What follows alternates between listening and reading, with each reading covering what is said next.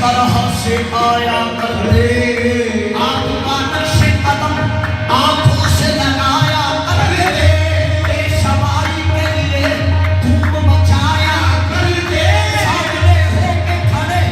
हम ये सुनाया करते, सब पे सुहाए तेरे पगड़ी लो नाथ वाले, सब पे सुहाए तेरे पगड़ी लो नाथ वाले, सब पे सुहाए तेरे पगड़ी लो नाथ वाले, सब पे सुहाए तेरे पगड़ी लो नाथ वाले, सब पे सुहाए तेरे पगड़ी लो नाथ वाले, सब पे सुहाए तेरे पगड़ी लो नाथ वाले,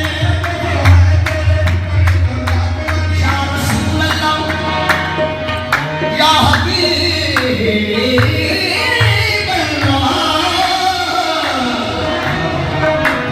सब पे सुहाए तेरे पगड़ी लो नाथ वाले। कौन कह रहे हैं?